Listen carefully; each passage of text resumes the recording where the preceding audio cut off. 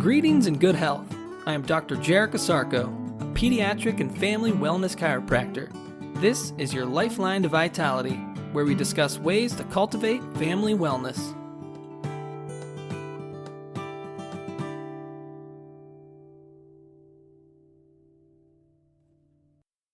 Good day and great health. Welcome back to another edition of your Lifeline to Vitality.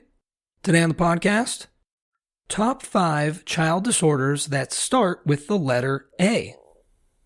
Over 1/3 of all children suffer from one or more disorders that start with the letter A.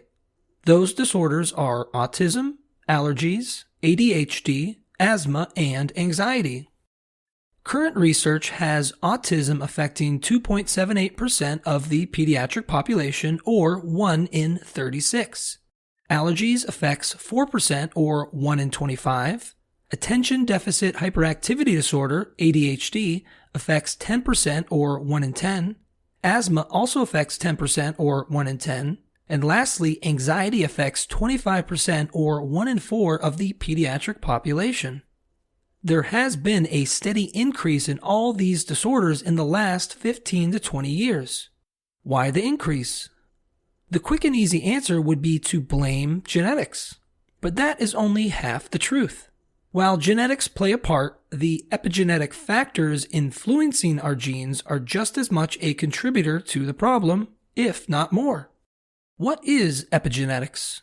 Quoting Dr. Bruce Lipton, PhD, epigenetics is the science of how environmental signals select, modify, and regulate gene activity. The activity of our genes is constantly being modified in response to life experiences. To use an analogy, genetics are similar to the predetermined hardware of a computer, and epigenetics are like downloadable software programs that initiate or terminate certain elements of the hardware.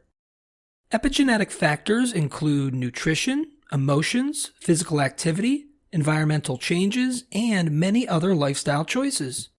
And this is where I, and many others, speculate the increase in these disorders is stemming from. Quoting Dr. Francis Collins, MD, PhD, the former director of the Human Genome Project and former director of the National Institutes of Health, genes alone do not tell the whole story.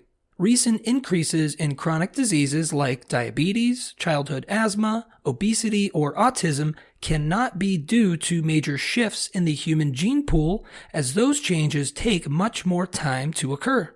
They must be due to changes in the environment, including diet and physical activity, which may produce disease in genetically predisposed persons.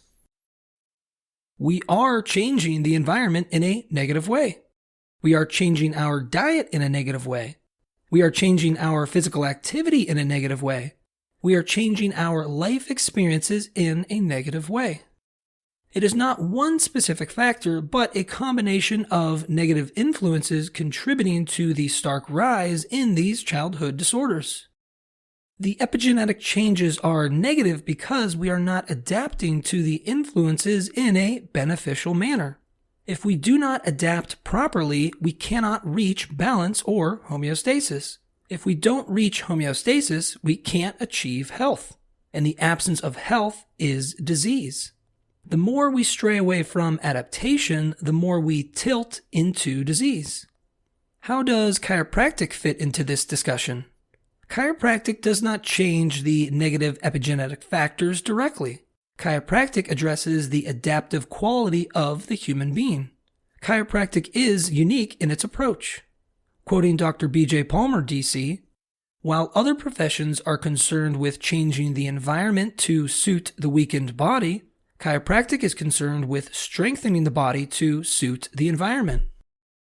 Chiropractic is concerned with the nerve system and its management of health. Chiropractic helps correct nerve disruptions found in the spine. These are called vertebral subluxations. Vertebral subluxations prevent the nerve system from working at its best. If the nerve system can't work at its best, it can't adapt to its potential.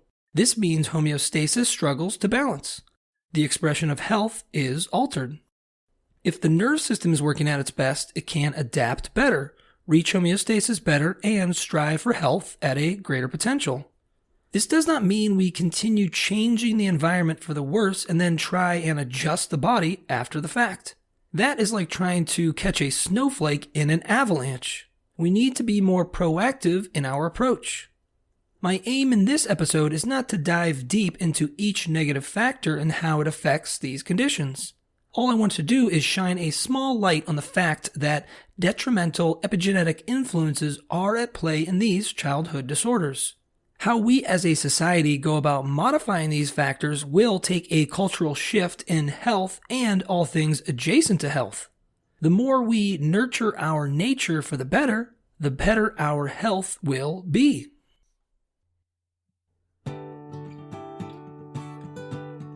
Thank you for listening. For even more information on how chiropractic can benefit you and your family, please check out my website, ohiospecific.com. That's ohiospecific.com. Until next time, remember to keep your head cool, feet warm, and your mind busy.